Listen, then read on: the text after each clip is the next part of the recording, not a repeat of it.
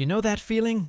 The day your paycheck hits your account, and for a brief, glorious moment, you feel a sense of relief, of possibility. The financial slate is wiped clean. But then life happens. The rent is due. The car needs gas. Groceries need to be bought. That subscription you forgot about renews itself. A friend invites you out. Before you know it, the end of the month rolls around, and you look at your bank balance with that familiar, sinking feeling, asking the same question: where did it all go? What if I told you that for most people, this cycle of frustration isn't because they don't earn enough, but because the very way we're taught to handle money is a psychological trap?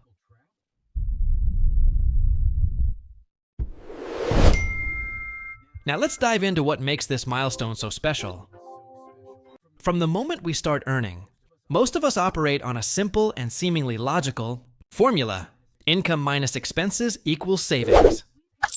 We pay our landlord, the utility company, the grocery store, and Netflix. We treat ourselves to a dinner out or a new pair of shoes. And then, if there's anything left over at the end of the month, that's what we'll save. We call this leftover money. The problem is, for most of us, the leftover money never actually shows up. This isn't a failure of willpower. It's a failure of process. It's what I call the leftover money myth, and it's the single biggest reason people who earn a perfectly good income feel like they can never get ahead. When we analyze the psychology behind this, we uncover two powerful forces working against us.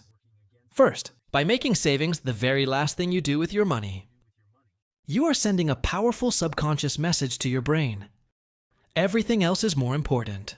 Your landlord's mortgage is a higher priority than your future. Your phone company's profits are more critical than your financial security.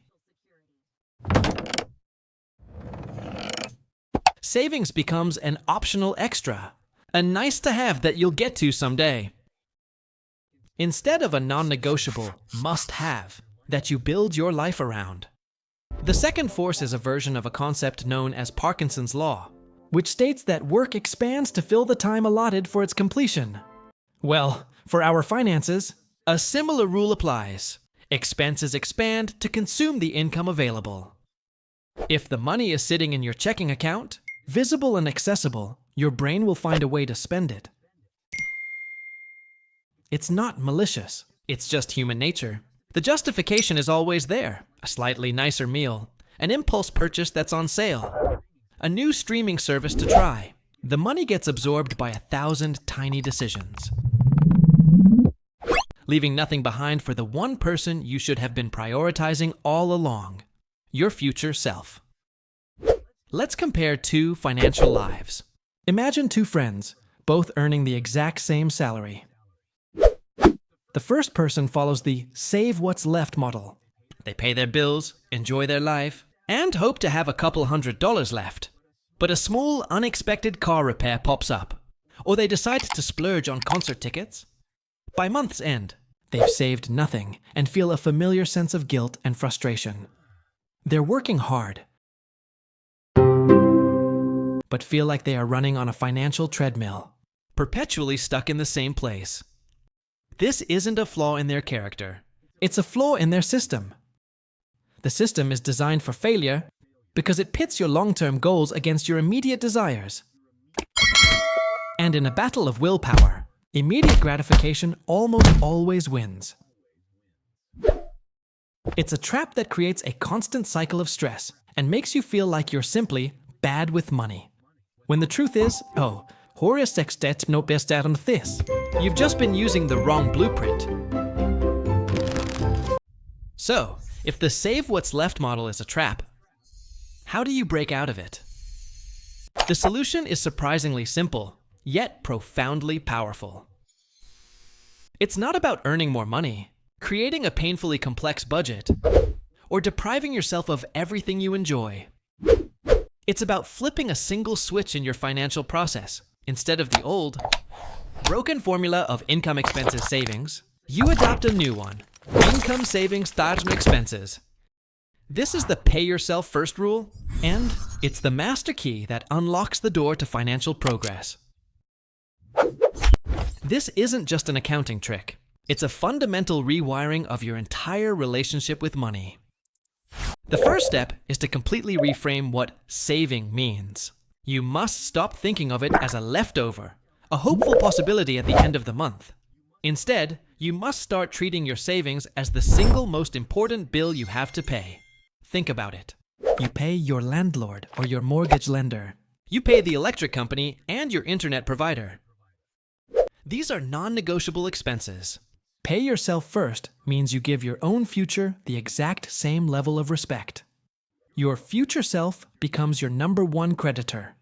And the payment you owe them is due on payday, before anyone else gets a single dollar. This isn't just semantics. It's a declaration of priority. It's you telling your money exactly what matters most before your money has a chance to disappear on things that don't. But a declaration isn't enough. We know from Section 1 that our willpower is a finite resource that can't be trusted in the face of daily temptations. That's why the second and most critical part of this strategy is to enforce this bill through automation. This is where you remove your flawed human psychology from the equation.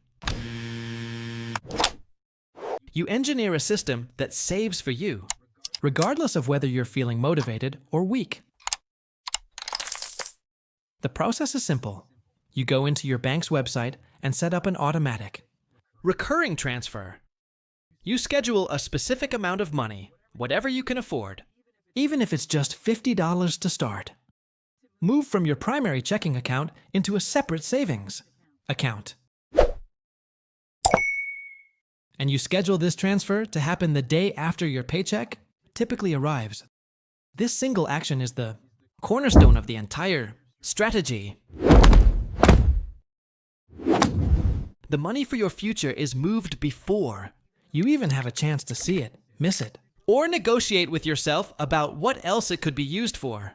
That internal debate, should I save this or should I buy those new shoes, is now over before it even begins.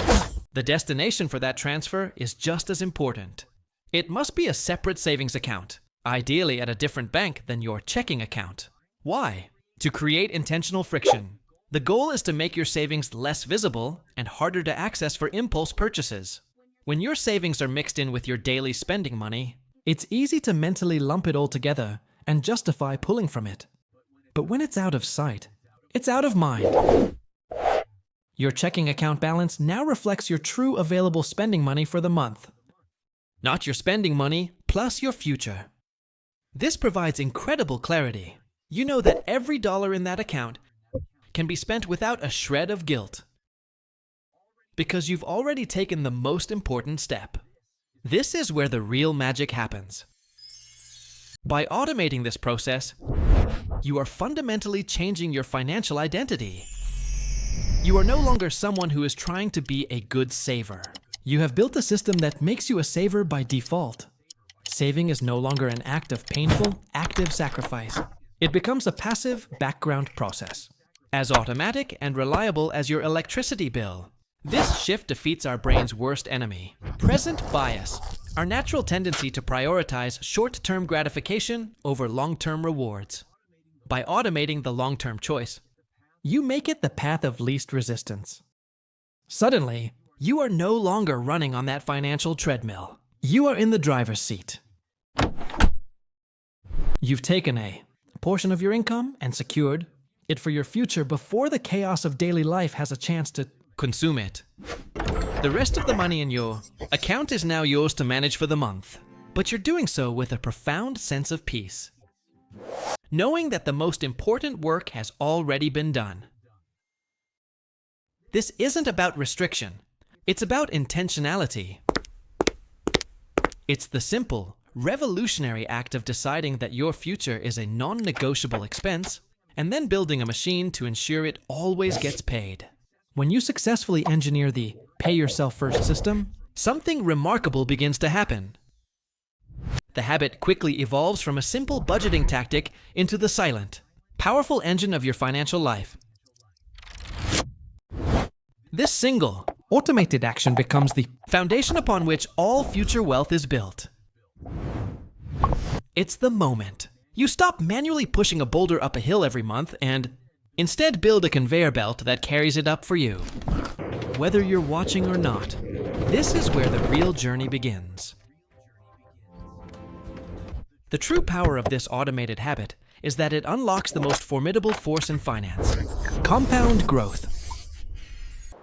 Think of your first automated savings as a small snowball at the top of a very long hill. Every subsequent automated transfer is a gentle, consistent push, getting it rolling. At first, the growth seems slow, almost unnoticeable. But over time, the snowball begins to pick up more snow on its own. That's your interest or investment returns. The longer it rolls, the bigger it gets and the faster it grows, all without any extra effort from you. You've created momentum. Paying yourself first is the act of starting the snowball and automating the push. Compounding is the magic that makes it an avalanche of wealth over time. This process creates one of the most profound psychological shifts you can experience: the move from a scarcity mindset to one of security and possibility.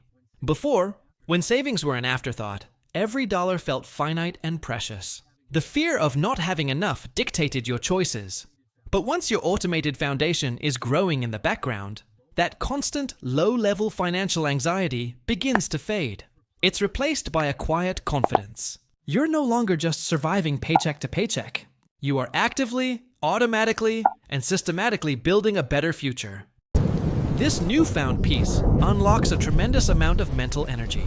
When you aren't constantly worried about whether you're saving enough, you can start asking more powerful questions instead of, "Can I afford this?" You can start asking, "How can I increase my income?" Or, "What's the best way to make my savings grow faster?" Your automated system acts as a psychological safety net, giving you the confidence to ask for that raise. Invest in a course to improve your skills, or even explore a side hustle.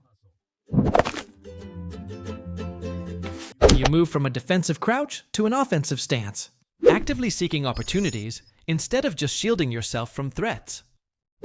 This is the true meaning of financial freedom. Not just having money, but having the mental space to make strategic decisions without the burden of constant financial stress. It is the bedrock of a life built not by chance, but by choice. The journey from financial anxiety to security is not a sudden leap, but a path paved with small, deliberate habits.